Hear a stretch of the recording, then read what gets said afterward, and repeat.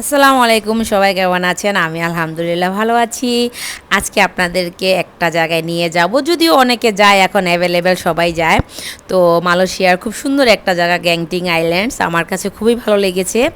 আর এই যে আকাশটা দেখুন, মাশাআল্লাহ, মাশাআল্লাহ। আল্লাহর দুনিয়া কেন এত সুন্দর একমাত্র আল্লাহই জানে। আমি আসলে ভিডিওটা একদমই এডিট করতেই চাচ্ছিলাম না। তারপরও কিছু তো করাই লাগে। তো আমরা আজকে রওনা দিলাম গ্যাংটিং আইল্যান্ডসের উদ্দেশ্যে। তো আমরা যেখানে ছিলাম সেইখান থেকে যেতে আমাদের প্রায় 2 ঘন্টা সময় লাগছে। তো এই যে দেখুন, আমার ছেলের অবস্থা খুবই খারাপ অবস্থা। সে জামা চেঞ্জ করবে না, প্যান্ট চেঞ্জ করবে না, জুতা চেঞ্জ করবে না, একদম নর্মালি সে চলে গেছে। তো আমরা পৌঁছে গেছি গ্যাংটিং আইল্যান্ডের যে স্পেশাল জায়গাটা, সেই জায়গাটা অনেক সুন্দর। আমার কাছে অনেক ভালো লাগছে। আসলে মালয়েশিয়ার মধ্যে এই জায়গাটাই আমার অনেক ভালো লাগছে। যে আকাশটা দেখুন না, মনে হচ্ছে যে হাত দিয়ে ধরা যাবে, এত সুন্দর। তো আসলে হাসির মাঝে, কষ্টের মাঝেও একটু হাসি, ভালো লাগছে। কারণ আজকে ঘুরতে বেরিয়েছি, কারণ অনেক দিন যাওয়ার পরে আমার বাচ্চাটা অসুস্থ ছিল, ঘোরাঘুরি তেমন একটা করতে পারিনি। তো এখানে যাওয়ার পরে মনটা একদমই ভালো হয়ে গেছে। তো এই যে আমার ছেলেটাও এখন তার একটু ভালো লাগতেছে, বাট তার ড্রেস আপের অবস্থা খুবই খারাপ। যদিও আমি যাওয়ার সময় ব্যাগ ভর্তি ওর জন্য কাপড় চোপড় যা যা লাগে নিয়ে গেছি এখানে আসার সময়। আর এই যে দেখুন মেঘটা, আর এই যে একটা বড় বিল্ডিং দেখা যাচ্ছে, এটা একটা হোটেল। তো এখানে থাকার খুব ইচ্ছা ছিল, বাট আমার ছেলেটা অসুস্থতার কারণে থাকা হয়নি। ইনশাল্লাহ কোনো একদিন আমি শুধু এই হোটেলেই থাকার জন্য যাব। আমার ছেলেকে আমি বলেছি, আমার হাজব্যান্ডকেও বলেছে ঠিক আছে, তোমাকে নিয়ে যাব নেক্সট। যদি কোথাও যাই তাহলে অবশ্যই মালয়েশিয়াতে তোমাদেরকে এই জায়গায় ট্রিপ দিব। তো এই যে এই জায়গাটা না আমি ভুলতেই পারতেছিলাম না, মানে আমার কাছে এত ভালো লাগতেছিল। আর এই যে এই জায়গাটা অনেক সুন্দর ছিল, জানি না ক্যামেরাতে কেন এরকম আসছে। আকাশটা একটু মেঘলা মেঘলা, তারপরে রোদ, প্রচুর রোদ, বাট ঠান্ডাও ছিল এইখানে। এই যে দেখুন আমার ব্যাগ ভর্তি কাপড় চোপড়, খাবার দাবার, মানে আমার বাচ্চাটার জন্য আমি এই যে দেখুন তার অবস্থা। তো এইখানে আমরা আসছি কেবল কারে যাওয়ার জন্য, যে টিকিটটা সেটা নেওয়ার জন্য। তো এইখানে আসলে এত মানুষ হয়, মিনিটের মধ্যে আবার সব কিছু মানে খুব দ্রুত চলেও যায়। তো এই আর কি। তো আমরা টিকিট কেটে এখন রওনা দিব কেবল কারের দিকে।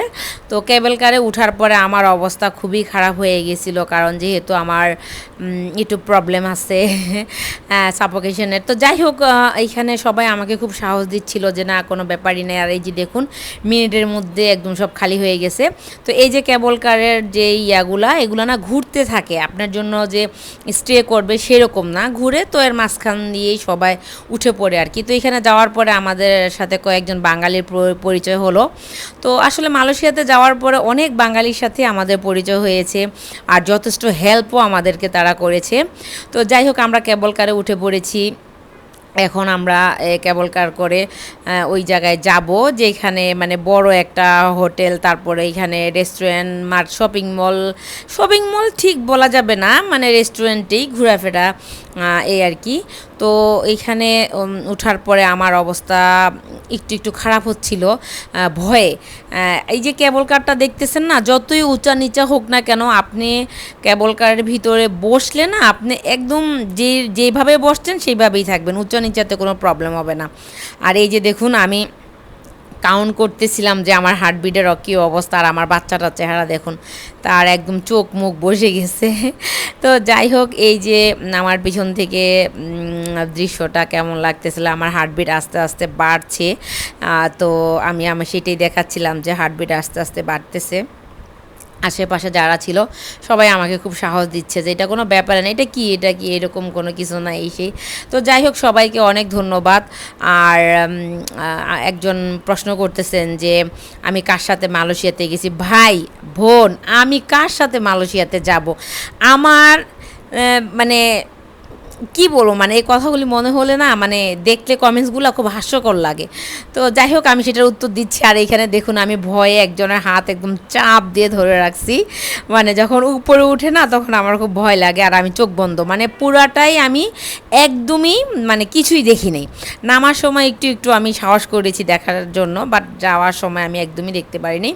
আর এত উপরে, এত উপরে, এত উপরে, এত সুন্দর একটা হোটেল আমি থাকতে পারিনি, এটার জন্য আমার আসলে অনেক আফসোস হচ্ছে। বাট ট্রাস্ট মি, আমি কোনো না কোনো একদিন এখানে থাকার জন্য যাবো ইনশাল্লাহ। আমার ছেলে আমাকে কথা দিয়েছে, আমার হাজব্যান্ডও আমাকে কথা দিয়েছে যে আমাকে একদিনের জন্য হলেও এখানে নিয়ে যাবে। তো যাই হোক, যিনি কমেন্টসটা করেছেন, আমি কার সাথে যাব বলেন তো? যেইখানে আমার ইন্টারমিডিয়েট পড়া একটা ছেলে আছে, আমার হাজব্যান্ড আছে, তাহলে আমি কার সাথে যেতে পারি বলেন? মানে এরকম অদ্ভুত প্রশ্নগুলো যখন করেন না, তখন খুব হাস্যকর লাগে। দুইটা ভিডিওতে একই কমেন্টস, আমি কার সাথে গিয়েছি, আমি কার সাথে গিয়েছি। আর ধরেই নিলাম আমি কারোর সাথেই যাইনি। হ্যাঁ, এখন ট্রাভেল এজেন্সি, অনেক ট্রাভেল এজেন্সি আছে, অনেক সুযোগ সুবিধা আছে, তার উপরে অনেক প্যাকেজ আছে, এমনিতেই যাওয়া যায়। কারোর সাথে যেতে হবে এমন তো কোনো কথা নাই, তাই না? তো এরকম অদ্ভুত প্রশ্ন করবে না। যেহেতু আমার সাথে আমার বাচ্চা ছিল, তাহলে বুঝেই নেবেন আমি কার সাথে গিয়েছি। তো এই জায়গাটা অনেক সুন্দর ছিল। এই যে আমরা চলে আসছি, কেবল কার থেকে নামার ভিডিওটা আর করতে পারিনি, কারণ আসলে ভয়ে আমার অবস্থা একদমই খারাপ ছিল। তো কেবল কার থেকে নেমেই এখানে, এটা কি শপিং মল বলে না রেস্টুরেন্ট, আমি সঠিক জানি না, এখানে অনেক রাইড ছিল, তারপরে ঘোরার জন্য, মানে হয়তো বা ঘোরার জন্যই হবে এই জায়গাটা। আমার যেহেতু আইডিয়া নেই, আমি সেই জন্য কিছু বলতেও পারতেছি না। আর ভিডিওতে অনেক কথা এদিক সেদিক হতে পারে, সেই জন্য প্লিজ ক্ষমা দৃষ্টিতে দেখছি, আমাকে ক্ষমা করে দিবেন। আর এই যে আমরা ঘুরতেছি, যে যার মতো করে ঘুরতেছে, কেউ ক্যাসিনোতে গেছে, এখানে আবার একটা ক্যাসিনো আছে, আমি সেটা জানি না কোন দিকে, বাট আমাদের সাথে থাকা একজন, উনি ক্যাসিনোতে খেলতে গেছিল, ওনার কাছ থেকে শুনলাম যে এখানে ক্যাসিনো আছে। আর এই যে জায়গাটা এত বড়, এত বড়, এত সুন্দর, মানে কেবল কারে করে এসে এইরকম একটা জায়গা দেখতে পাবো, এটা তো একদম অকল্পনীয় ছিল। জায়গাটা অনেক সুন্দর ছিল। তারপরে এখানে আমরা কিছু ফটোশ্যুট করলাম। আসলে ওই যে একটা জায়গায় প্রবলেম ছিল, সেটা হলো যে আমার বাচ্চাটা অসুস্থ, সে তার কারণে যে দেখুন আমি তাকে ধরে ধরে নিয়ে যাচ্ছি, তার ড্রেস আপের অবস্থা, আমার ড্রেস আপের অবস্থা, মানে কোনো কিছুই চেঞ্জ করি না, মন মানসিকতা ভালো ছিল না। তারপরে আবার ও ওইখানে যাওয়ার পরে যদি তার বমিটিং হয় বা জ্বর বেশি চলে আসে, কি করব? সব কিছু মিলিয়ে মানে আমি আমার ব্যাগে এক ব্যাগ কাপড় চোপড়, খাবার দাবার, পানি নিয়েছি, আমার বড় ছেলেও নিয়েছে। তো সব কিছু মিলিয়ে মানে অবস্থাটা, ঘোরাটা তেমন একটা আমাদের খারাপও হয়নি, মোটামুটি ভালোই হয়েছে। তো যাই হোক, আমার ছোট ছেলে আবদার করলো যে বাবা এটা খেলবে, তো বললো যে ঠিক আছে তাহলে তুমি খেলো। আর এইখানে এই যে রাইডটা, এই রাইডটা আমাদের বাংলাদেশে সুবর্ণগ্রামে আছে, বাট আমাদের সুবর্ণগ্রামেরটা আরও ভয়ানক, আমি সেখানে উঠেছি। তো আমার ছেলে এই যে খেলবে, এখানে $5 দিয়ে কিছু একটা মানে $5 দেওয়া লাগে। $5 দেওয়ার পরে সে এখানে যতগুলা পুতুল উঠাতে পারবে, একটা টাইম থাকে, বা $5 দিয়ে 5টা পুতুল সে উঠাবে। ওদের এই টয়গুলার পিছনে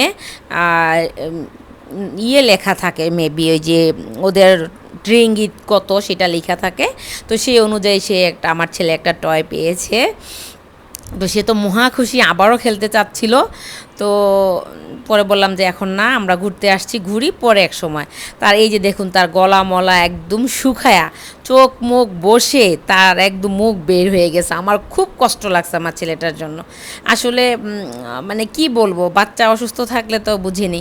তো এই যে এইটাও আরেকটা জায়গা, মানে এই প্লেসটা এত বড়, আমরা ঘুরে কভার করতে পারিনি, কারণ আমরা একটু দেরিতে চলে গেছি। আমাদের 8টার দিকে বের হওয়ার কথা ছিল, বাট আমাদের সাথে দুইজনের একটু দেরি হয়ে গেছে, যার কারণে আমরা একটু লেট হয়ে গেছে। তারপরে আমরা নিচে নামলাম, নিচে নামে এদিক সেদিক ঘুরতেছি। এখানে এত সুন্দর, আমার মনে হচ্ছে আমি স্বপ্নের রাজ্যে চলে আসছি।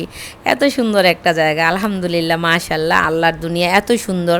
আল্লাহ এত সুন্দর করে পৃথিবী সৃষ্টি করেছে, বা এত সুন্দর জায়গাগুলি সৃষ্টি করেছে। আসলে আল্লাহকে মানে ধন্যবাদ দিয়ে ছোট করব না, মানে এত খুশি লাগতেছে। আল্লাহর কাছে অশেষ অশেষ রহমত যে আমি এখানে যেতে পেরেছি। তো এটা এখানে যাওয়ার পরে আমার কাছে মনে হলো যেন আমি স্বপ্নের রাজ্যে, জাদুর রাজ্যে চলে এসেছি। আর এই যে আমার ছেলেটা দেখুন না, না খেয়ে মানে সে যে হাঁটতেছে, তারপরও আলহামদুলিল্লাহ তার এখানে যাওয়ার পরে একটু ভালো লাগছে। বাট আমার খারাপ লাগছে তার ড্রেস আপ, তার শুজ এগুলা নিয়ে তাকে রেডি করাতে পারিনি। যদিও কাপড় নিয়ে গেছে, তারপরও সে রেডি হবে না, সেইভাবেই থাকবে। তো সে দেখতেছে, তার একটু ভালো লাগা দেখে আমার খুব ভালো লাগতেছে। তো আমরা এটার ভিতরে ঢুকলাম। আসলে মানে আমি বললাম না যে আমার না কোনো কিছুই এডিট করতে ইচ্ছা করতেছিল না। আর অনেক বছর পরে আবারও গেলাম। অনেক বছর পরে বলতে লাস্ট আমি 2008 সালে ট্রাভেল করি, তারপরে হলো 2016 সালে আমি আবার ট্রাভেল করি। মাঝখান দিয়ে অনেক দিন গ্যাপ ছিল, তারপরে আবার গেলাম। তো যিনি বলেছেন যে আমি কার সাথে গিয়েছি, ভাই আমি নতুন ট্রাভেলার না, হ্যাঁ। আমি 2008 সাল থেকে ট্রাভেল করি, যখন পাসপোর্টের উপরে মানুষের মানে আলাদা ছবি দিয়ে স্কচটিপ লাগানো ছিল না, সেই রকম সেই সময়কার থেকেই আমি ট্রাভেল করি। সেই পাসপোর্ট আমার এখনও আছে, আমি দেখাবো, ঠিক আছে। নেক্সট কোনো ভিডিওতে আমার সেই পাসপোর্টগুলো দেখাবো। আমার অলরেডি 5টা পাসপোর্ট হয়েছে। তো অতএব এরকম আজে বাজে কমেন্টস করবে না, কার সাথে গিয়েছি কার সাথে গিয়েছি, বয়ফ্রেন্ডের সাথে গিয়েছি। Are you happy now? তো যাই হোক, এই যে একটা সাপ, মানে এটা দূর থেকে দেখতে খুব ভালো লাগতেছিল। আমার ছেলে বলল যে সে যাবে।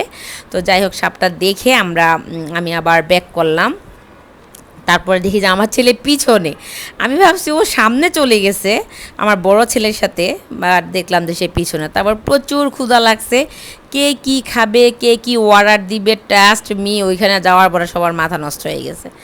এত বাজে খাবার, মানে আর বলার মতো না। এটা ভালো ছিল, নিঃসন্দেহে এটা ভালো ছিল। তারপরে একটা ফিশ কারির সাথে পরোটা, আসলে আমার কাছে এগুলি ভালো লাগে না। ফিশ কারির সাথে পরোটা, ভাই এটা খুব অদ্ভুত একটা খাবার। আমি যদিও ভালো লাগেনি, তারপরে একটু খেয়েছি। আর আমার খাবার ছিল এটা, আমি ফ্রাইড রাইস অর্ডার দিয়েছি, বাট এটা কোন দেশের ফ্রাইড রাইস আমি জানি না। এখানে এই যে শামুক, ঝিনুক যা আছে সব দিয়ে দিছে। তারপরে চিংড়িও ছিল, তারপরও খারাপ ছিল না, ভালোই ছিল। বাট এটা খাওয়ার পরেই আমার হাতটা একটু ফুলে গেছে। আমার মনে হয় সি ফুডে আমার প্রবলেম আছে। কখনো এরকম হয়নি, বাট কেন হয়েছে আমি জানি না। তো যাই হোক, খারাপ না। মোটামুটি খাওয়া দাওয়া শেষ করে আমরা আবার চলে যাচ্ছি। যাওয়ার সময় এখানে আরও অনেক ঘোরার স্পট ছিল, বাট ওই দিকে আর আমরা যাইনি। অনেকের ভালো লাগছিল না, বলতেছে চলে যাবে। তো গ্রুপে গেলে এই একটা সমস্যা, একজনের প্রবলেম হলে মানে 10 জনেরই সেটা সাফার করতে হয়। তো এই তো আমরা আজকে এখান থেকে চলে আমি এখন ট্রাই করব বাসা খোঁজার, যেহেতু বলছে আমি মালয়েশিয়াতে সেটেল হব। তো দেখি মালয়েশিয়াতে থাকা যায় কি না, বা কোনো বাসা পাওয়া যায় কি না ভাড়া নেওয়ার জন্য, যেহেতু আমি মালয়েশিয়াতে থাকার জন্য মানে মাইন্ড সেট আপ করে ফেলেছি। তো এই তো এখন আমরা চলে যাব।